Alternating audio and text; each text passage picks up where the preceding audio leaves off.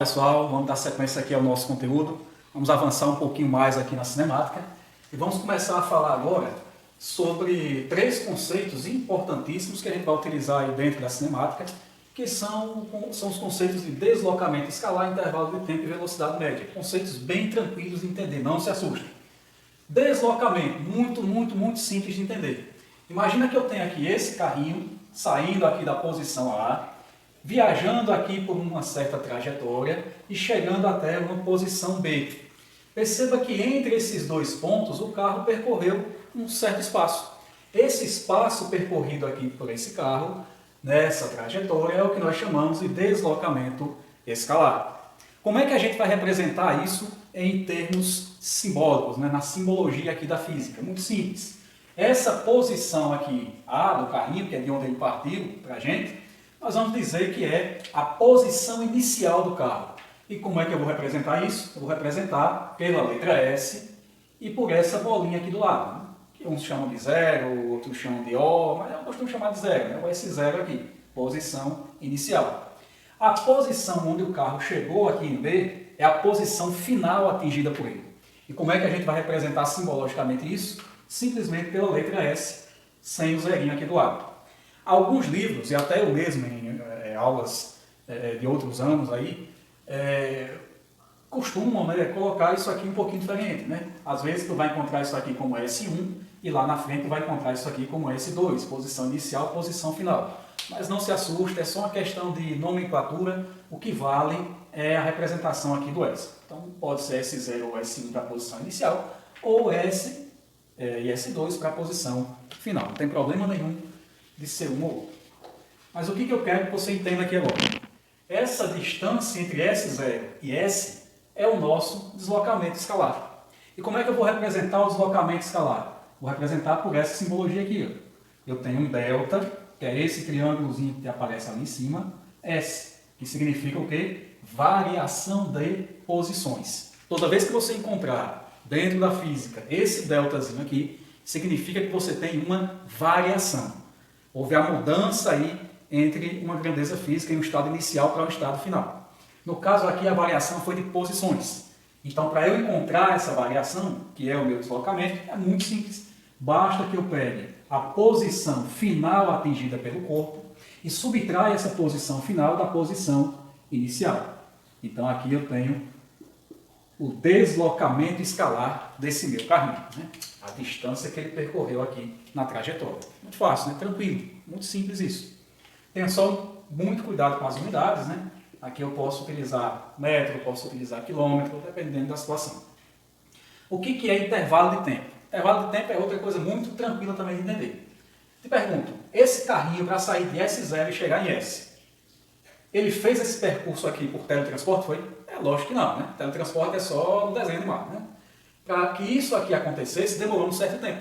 Ou seja, ele saiu daqui de S0 em um horário, chegou lá em S em um outro horário. Em outras palavras, trazendo para a linguagem da física, essa posição inicial representa aqui em relação ao tempo, qual foi o tempo inicial que esse carro iniciou o movimento. Aqui na posição final, você vai ter o tempo de chegada desse carro. Então aqui você tem a partida e aqui você tem o tempo de chegada. O tempo de partida, o tempo inicial, tu chama de T0, Vamos continuar usando o zerozinho aqui. E o tempo de chegada, simplesmente a letrinha T minúsculo. O que eu quero saber? Quanto tempo demorou de um ponto ao outro? Se eu estou calculando essa variação de tempo, olha quem apareceu aqui de novo, apareceu a letrinha delta. E aí você vai ter que o delta T, ou seja, a variação de tempo, o intervalo de tempo, nada mais é do que você pegar o tempo de chegada e subtrair o tempo de partida. Tempo final menos tempo inicial. Então isso daqui que é intervalo de tempo. Muito bem. Então imagina que o carro saiu daqui, sei lá, às 3 horas da tarde e chegou aqui às 5 horas da tarde. Qual foi o intervalo de tempo aí? 2 horas, não é isso mesmo? Tempo final 5, tempo inicial 3, 5 menos 3, 2 horas aí de viagem. Tranquilo isso, muito simples de entender. É só ter cuidado com as unidades também, O interessante desses dois conceitos, eu quero passar para vocês aqui agora, é que o nosso carrinho, de acordo com esse desenho que nós desenhamos, com a redundância, desenho que desenhamos, né? Esse desenho ele tem a orientação para a direita, fazendo alusão aí à nossa reta numérica. Então, para a direita, nós temos valores positivos de posições aí. Então, se o carrinho está se deslocando para a direita, ele está aumentando as posições em relação ao referencial da trajetória. Agora, se a gente pegar o carrinho e trocar de lado, ele fez lá o retorno e está voltando para casa. O que está acontecendo agora com esse carrinho? Ele está diminuindo suas posições em relação ao tempo. Isso quer dizer o quê? Que a posição final nessa segunda situação será menor do que a posição inicial. Então, colocando em miúdos, né? Imagina que aqui, ó, na posição A, posição inicial, nós temos o quilômetro 5. Quilômetro 5. Aqui a plaquinha dizendo que é o quilômetro 5. Lá na posição final, nós temos aqui o quilômetro, sei lá, 20. Ali a plaquinha dizendo que é o quilômetro 20. Nessa primeira situação, que o carrinho está indo daqui para lá, qual vai ser o deslocamento dele? Muito simples, né? Posição final é 20, posição inicial é 5, 20 menos 5 vai dar 15. Então o deslocamento dele foi 15 positivo. Imagina se eu viro o carrinho ao contrário e coloco ele de lá para cá. O que vai acontecer? Que a posição inicial será a posição 20 e a posição final é que será o 5. Então se o carrinho inverte de sentido, o que é que vai acontecer aqui? Vai acontecer que tu vai ter 5, que será a posição final, menos 20, resultado menos 15 quilômetros. Perceba que nessa situação foi possível obter um valor negativo. Então, no caso do deslocamento, é possível sim que você tenha um valor negativo. É só dar uma analisadazinha como é que está o teu referencial e como é que o móvel está percorrendo aí a trajetória em relação a esse referencial. Beleza? Agora, em relação ao tempo a coisa muda. Porque não existe tempo negativo, o tempo não volta, né? Então, sempre o tempo final será maior do que o tempo inicial. Então, para esse caso aqui, ó, ΔT é um valor que é sempre positivo. É um valor sempre positivo. Já o ΔS, não. ΔS depende da situação. ΔS pode ser positivo ou negativo. Tudo depende de onde o carro está saindo e para onde ele está indo, né? Depende aí do sentido da trajetória. Velocidade escalar média. Velocidade média é uma grandeza física que vai dizer o quanto de espaço você consegue percorrer em um certo tempo. Em outras palavras, velocidade média nada mais é do que o deslocamento percorrido pelo móvel em um certo tempo. Simplesmente isso. Deslocamento em um certo tempo. Essa ideia de velocidade foi trazida pelo Galileu, observando aí o movimento de animais. E aí ele percebeu que esses animais, as criações de cabras, ovelhas principalmente, elas sempre caminham em rebanho, o rebanho sempre caminha no mesmo ritmo. E aí ele percebeu que dava para prever quando que esse rebanho iria chegar ou viajar de um ponto a outro, pegando o deslocamento e dividindo aí o tempo pelo tempo que demorava para isso acontecer. Então você tinha aí a velocidade. Em outras palavras, colocando isso em linguagem matemática, como é que vai ficar nossa fórmulazinha aqui? Ó? E velocidade média é igual a ΔS sobre ΔT. Deslocamento ΔS, tempo ΔT. ΔS sobre ΔT. ΔS sobre ΔT. Então essa é a primeira formulazinha, digamos assim, do nosso conteúdo que aparece em vestibulares, que aparece aí no Enem, inclusive, né? É uma formulazinha bem simples e você já prevê o que pode ser pedido aqui, né? Você tem 3 grandezas físicas, velocidade, deslocamento e tempo. E o que vai acontecer na questão, uma questão, digamos, de aplicação de fórmula? Eu vou te fornecer 2 informações, 2 grandezas físicas e vou pedir para calcular a terceira. Então, por exemplo, se eu quiser que você calcule velocidade, eu vou te dar o deslocamento e vou te dar o tempo. Divide um pelo outro, tem velocidade. Mas se eu quiser que você calcule o deslocamento, eu vou te dar a velocidade e te dar o tempo. Você faz o cálculo, isola o deslocamento e acha esse deslocamento. E eu posso também te pedir um intervalo de tempo. Para isso eu tenho que fornecer velocidade, tenho que fornecer deslocamento e você calcula o tempo. Então, formulazinha bem simples também de nós aplicarmos.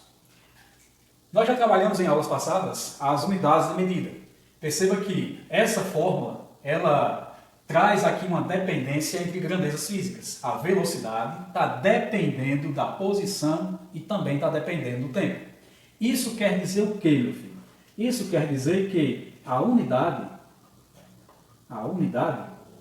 para essa velocidade, ela vai depender da unidade de deslocamento e da unidade de tempo.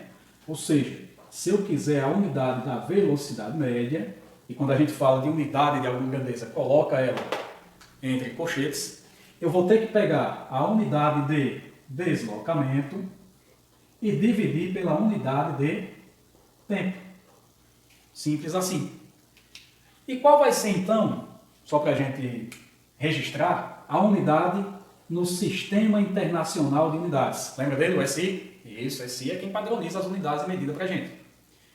No SI, se você olhar para o que acabamos de construir, fica muito fácil perceber que a unidade de velocidade média, ou de velocidade, né, de uma forma geral, é simplesmente tu pegar a unidade padrão de deslocamento. Lembre que deslocamento é essa distância que foi percorrida pelo móvel, e se é distância, com que grandeza física estamos trabalhando? Estamos trabalhando com comprimento.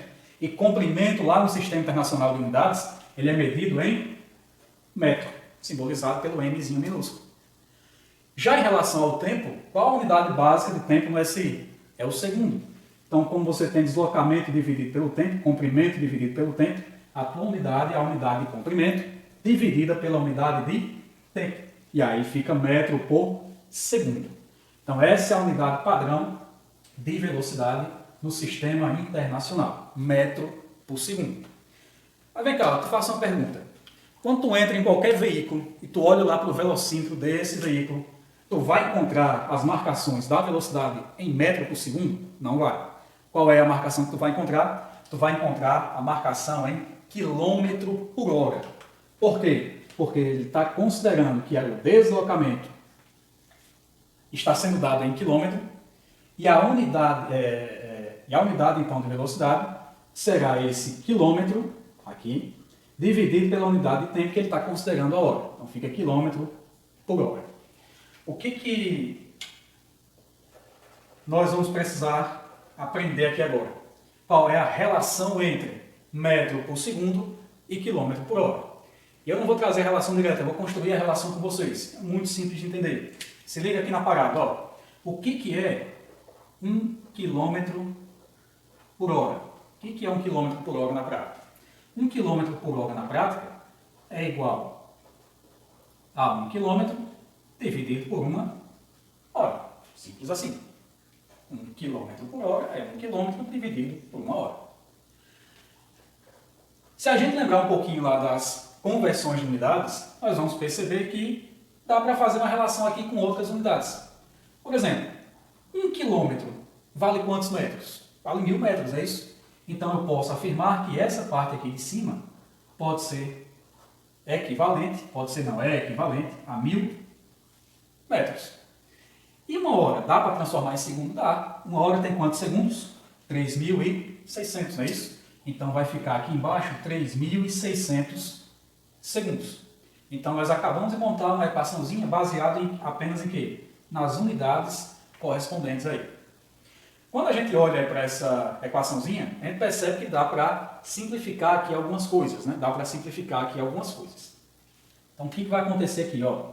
Se liga. O lado de cá, 1 km dividido por 1 hora, coloquei só para vocês enxergarem o que está acontecendo. Eu vou voltar para a escrita original.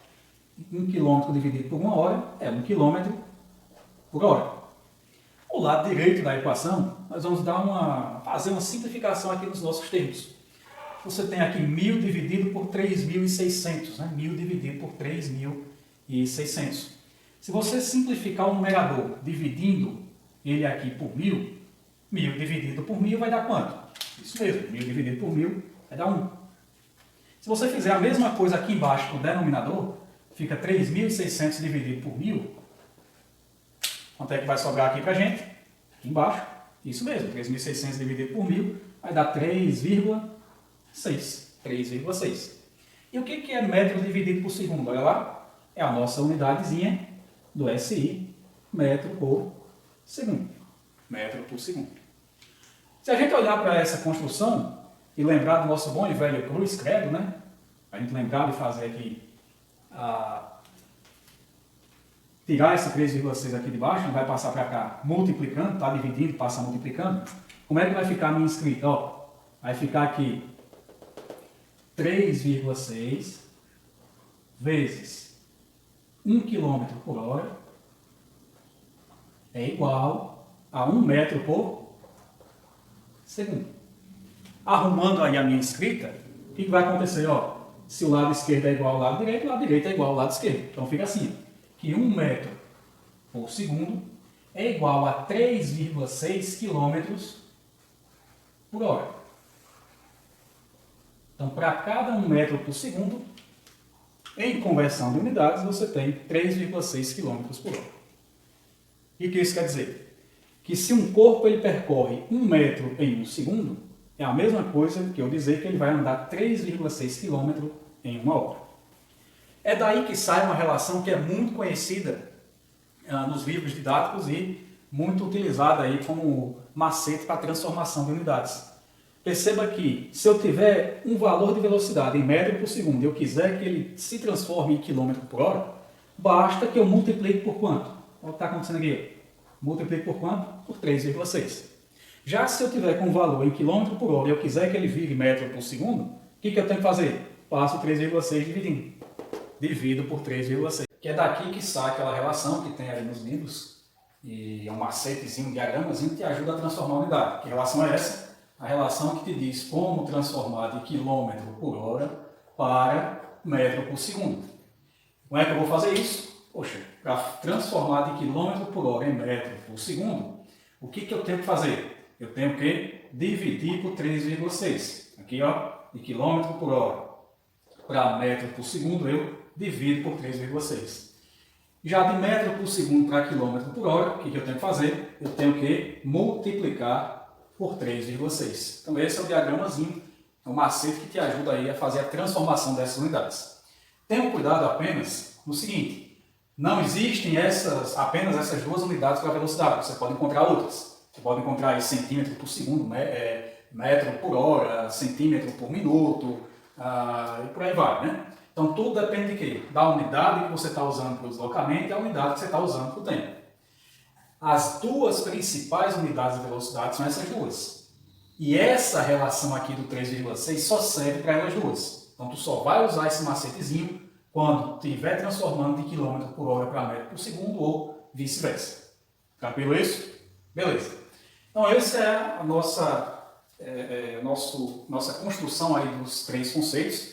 E esses conceitos aqui eles são amplamente aplicados aí, né? A gente não se restringe apenas à aplicação deles na física, né? Por exemplo, o conceito de velocidade ele pode ser estendido para dentro da química, por exemplo, né? A velocidade de uma reação. Como é que você faz o cálculo da velocidade de uma reação, né? Então você tem aí a quantidade de tempo em que os reagentes estão aí interagindo até formar o produto final.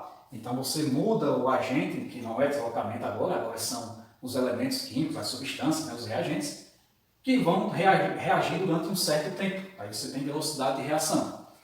Para onde mais eu posso expandir o conceito de velocidade? Por exemplo, a vazão de um líquido, né? A vazão de um líquido.